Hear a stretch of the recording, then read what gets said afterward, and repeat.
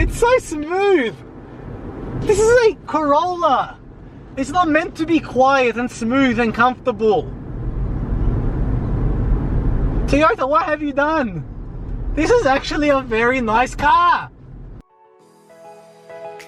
Hey guys, today we're here and we're reviewing this, the 2019 Toyota Corolla.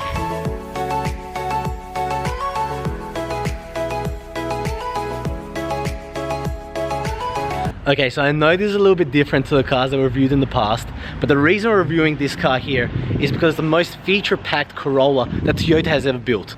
Now, it's got features which Audi and BMW and Mercedes don't even come as standard, and this is a $27,000 car, brand new. So we're going to go through all the features, we're going to go through all the different drive modes, all three different models. Now, the Ascent Sport, the one that we're test driving today, is the entry level. They got rid of the Ascent anyways here in Australia.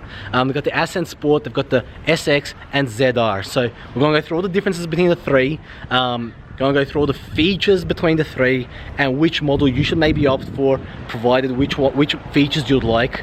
We're going to go through all the safety features of this car. Now it comes as standard. We're going to go through all the accessories that you get in the car, and we're just going to find out a little bit more about what Toyota has made with the latest Corolla. So let's jump into it. Now let's start with the outside, and I think they've just done a magnificent job styling the car. Like, look at that front end. It looks mean, sporty, but very classy. It's a nice metallic color as well. Those sports stickers are definitely not standard. Alloy wheels are. It's got the LED daytime running lights as well. So if you have a look at the interior, you can see how nicely laid out the Toyota Corolla is. The steering wheel, all the buttons on the steering wheel, the nice big screen in the center, climate control settings there, your gear shift lever and your handbrake. We'll go through that a little bit afterwards. The nice bucket seats in the car, standard. A few extra buttons here in the corner. Of course, it's got the electric windows. Now what's awesome about these is that they're actually all automatic. So before it used to be just the driver's side, now they're all four windows are all automatic, which is so good. Have a look in the rear, plenty of space back there. Let's have a look at the boot. A nice big boot, plenty of space, and it has a full-size spare. Now you only get the full-size spare if you're getting the petrol models. If you're getting the hybrid models, you do not get a full-size spare. So let's close that. Let's go for a drive and see what this car feels like. So let's talk about the Toyota Corolla. Fun fact, I actually used to have a Toyota Corolla. It was a 2007 model and it was an Ascent, and I had it for about 1.5 years. I used it as a daily, and it's the longest car I've ever owned as a daily driver. Now let's fast forward to 12 years. They've got rid of the Ascent. It now starts at the Ascent Sport in Australia anyways. It goes up to the SX and it goes up to the ZR. So there's only 3 different models and they all come with different features. Now we're driving the Ascent Sport, so we get to go through all the standard features you get if you were to buy this car for 27 grand brand new. It is surprisingly comfortable. Like, it's a Toyota Corolla and it's quiet on the road. It's nice to drive, it's direct, so it handles nicely. And it's got all the features which modern day cars have. First feature, like, you know, we can go through is the electric safety handbrake. And now I'm standing at a set of lights and my foot is off the brake. Like, quite literally my foot's off the brake. The car is holding itself. The styling of it, I'm not sure about you guys, but I really appreciate the styling of it. I think they've done an incredible job to make it look sporty, to make it look different, and just to make it look really classy overall for a Toyota Corolla, for a little hatchback. It's got plenty of space in the back, you know. As an overall, I really like this car. So let's start off with all the features that this car has. Let's start with all the safety features. So as far as safety features goes, it has just almost everything you can want and need in a car these days. So pre-collision warning safety system with cyclist detection and pedestrian detection. So the pedestrian detection is day and night, cyclist is day only.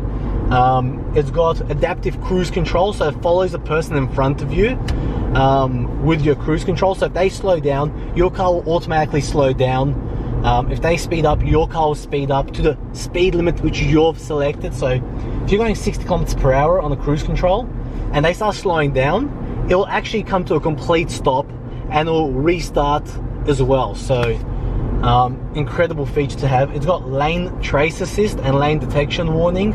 So if you start coming out of the lane, it's actually going to not only alert you, but it's actually going to pull you back in and it's going to stay in the center of the lane. Incredible safety feature to have. And something which really all cars should have in this day and age. But the fact that this car has it in entry level, like the Ascent Sport, incredible, like just fantastic. A few other features which it has, it's got obviously Bluetooth calls and music streaming, so you can stream music from your phone. It's got all the controls on your steering wheel. It's got electric folding mirrors. Okay, that's the detection telling me that I am coming out the lane. So I'm going to let go of the steering wheel. I'm going to see how nicely it brings us back in. So I'm going 60 km per hour. And here we go. Boy! It literally just jerked the car back in. How good is that? It is driving so quietly on the road. The 16-inch alloys are standard and they come on both models, so the Ascent Sport and the SX.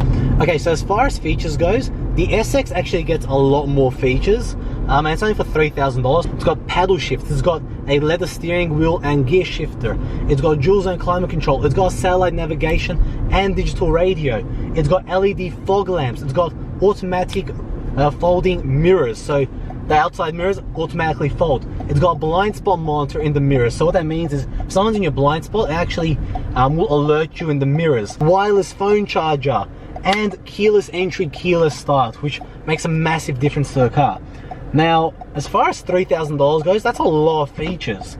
So let's find out what comes with in the ZR. So ZR comes with a whole different sports styling kit. So what that means is it's got a whole sports kit around the car. So it's got the bigger wheels, it's got different accents on the front and rear.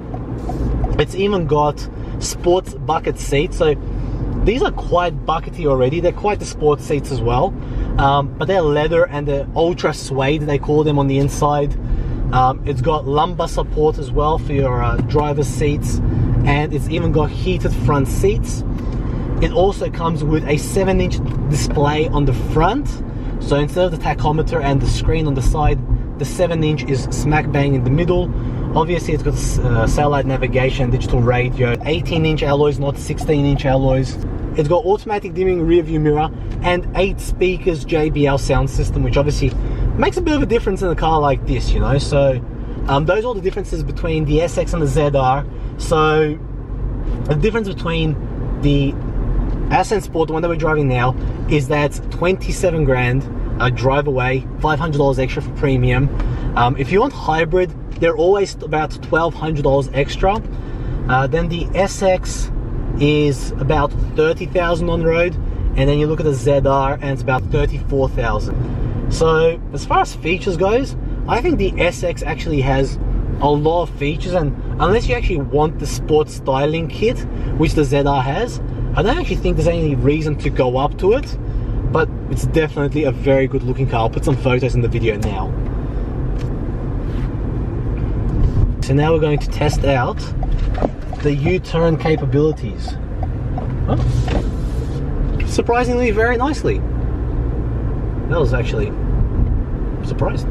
My Corolla didn't even have Bluetooth. Anyways, I think this is just the most fantastic car which you can get for under 30 grand. Like, all the features that it has. Oh, I didn't even go through this. It's got a detection system where it's got a radar outside the car and it's always reading the road signs. So it can actually tell you how fast you need to go. Okay, so now we're coming up to a straight. What I'm going to do is I'm going to go a little bit further, and I'm going to test out the acceleration of this car, because this car actually has what Toyota has created and they've called the direct drive system. So it's a CVT, and if you don't know what CVT is, it's a type of gearbox. So a traditional automatic gearbox has a number of gears. A CVT doesn't. So a CVT is actually based on pulley systems, and I can't really explain it, and without going into all the mumbo jumbo, instead of changing through gears 1, 2, 3, 4, 5, 6, it goes through this pulley system, so there's no jerking between gears, and it's like a fluid feel to the car. Now, it's meant to be more fuel saving, and it's meant to be a smoother drive. Some people don't like it, some people love it, but this direct drive system, which Toyota has created for its automatic petrol variants, means that it still has a gear. It's only got one gear, and that's the first gear. So and then it goes into this CVT system. So what that means is every time you stop the car, it'll go into gear 1, and when you accelerate, it's meant to give you the feel of the automatic car, so it gives you a more direct push, and then it goes into CVT mode, and it doesn't matter how slow you go, it's always going to stay in the CVT mode. I'm just going to put my foot flat down, we're going to get up to 60, and we're going to feel how this car drives. So let's do it.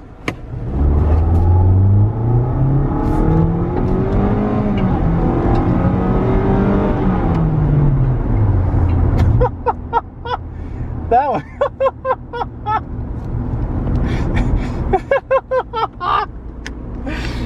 Far out for a Corolla.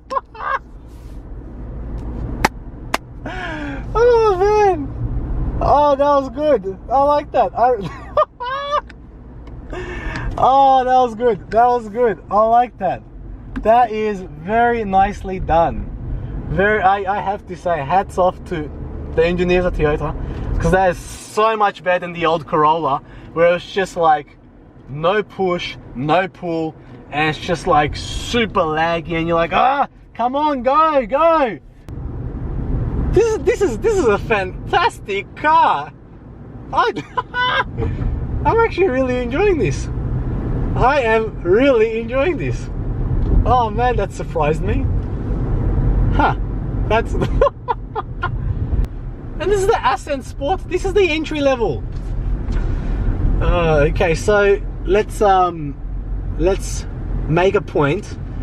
The direct drive which this car has, this gearbox, is only stand on the petrol models. So if you're getting a hybrid, you are going to get a traditional CVT. As far as hybrids go, you get 6 liters per 100 kilometers on a petrol model, and you get 4.7 liters per 100 kilometers on a hybrid. So if you're doing a lot of city driving, and that's what hybrids are fantastic for, city driving. So yeah, I love this car.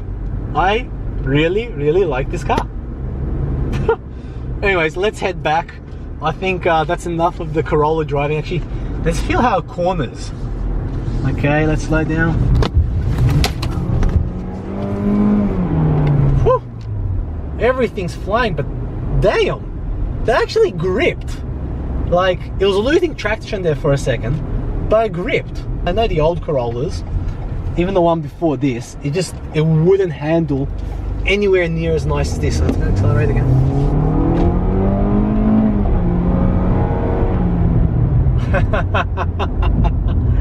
Oh, this is fantastic. This is oh, I like this car. I actually really like this car. And I'm not just saying that. I think this is just a fantastic little car.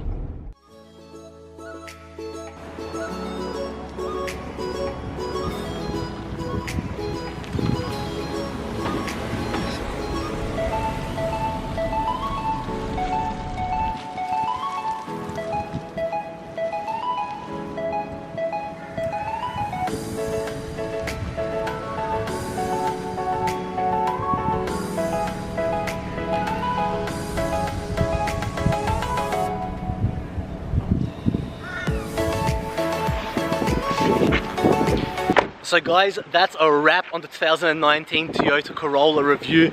Tell us your thoughts on the car, tell us what you really liked about the car and what you really appreciate on the Toyota Corolla. They've been around for decades now and they're just an incredible car. As far as this one goes, I am absolutely in love with it. For a 27 grand hatchback, which I just can't get over the amount of features which it has. I think it's just done superbly. The ride is comfortable, is incredibly quiet. Like, the car is still running now. You can barely hear it. It's smooth, it's comfortable, it's easy to drive, and it's exactly what you're used to out of these small little Japanese hatchbacks. Tell us your guys' thoughts, tell us what you really like about the car, and yeah, until next time guys, like, subscribe, and thank you so much for watching.